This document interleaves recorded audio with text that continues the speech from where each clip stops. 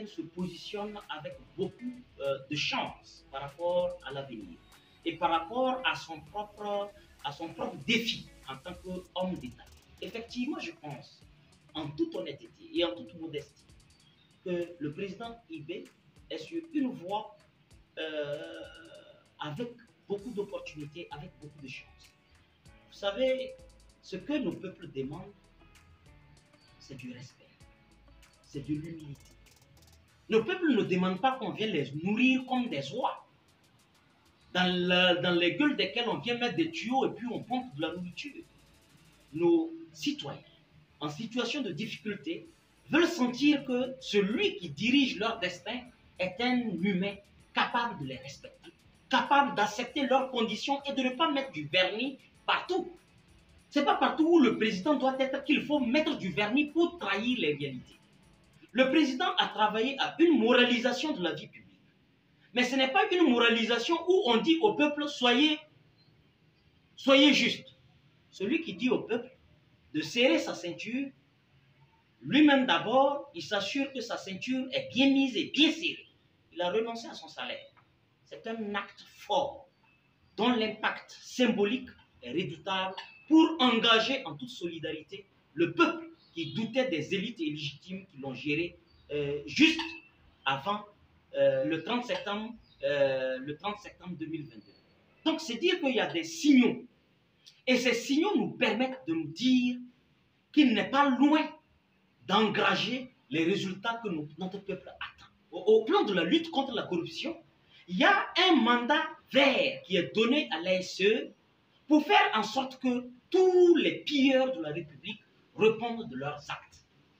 Jamais dans un régime démocratique antérieur à ce processus qui a à peine 6 mois, on a remarqué, excepté la période révolutionnaire 1983-1987, une lutte ardue contre la corruption. Alors que c'est la corruption qui appelle les coups d'État les interruptions constitutionnelles.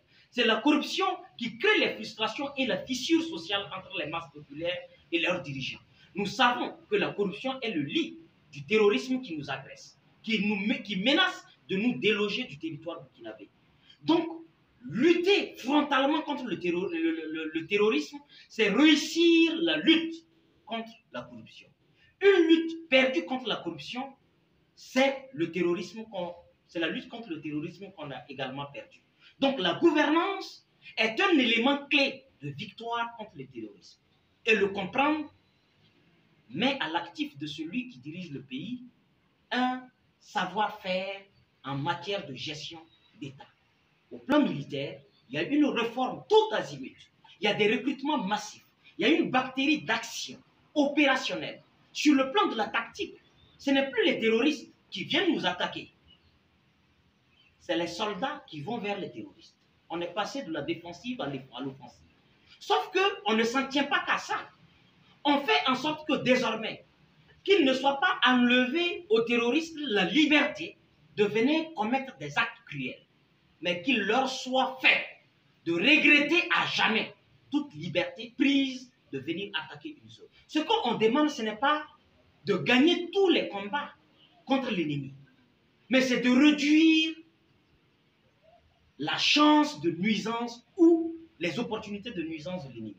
C'est de pouvoir donner une des réponses réactives qui rassurent le peuple, qui disent au peuple et qui envoient l'information au peuple que oui, c'est vrai, vous avez des difficultés, l'ennemi continue d'engranger des victoires contre vous, mais vous avez désormais un plan tactique et opérationnel. Effectivement, cela existe sur le terrain. Ce sont des réalités qui montrent que l'approche de la guerre est une approche pertinente. Et je pense que tous ces éléments mis ensemble donnent l'impression, avec le leadership d'Ibrahim Traoré, qu'il est sur la bonne voie. Effectivement, tout n'est pas parfait. Mais depuis 8 ans, on ne faisait pas la guerre. C'est maintenant qu'on a l'impression, et ce n'est même pas une impression, qu'on constate qu'on fait la guerre. Pendant 8 ans, on avait un lexical qui consistait à dire on a perdu, on a perdu, on a perdu, on a perdu telle zone.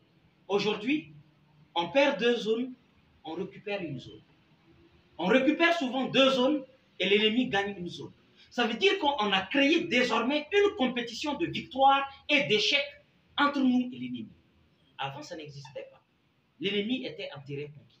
Mais aujourd'hui, il doit s'avouer vaincu et il doit commencer à préparer ses clics et ses claques pour se rallier à l'État, redevenir un citoyen fiable avec lequel le Burkina peut bâtir.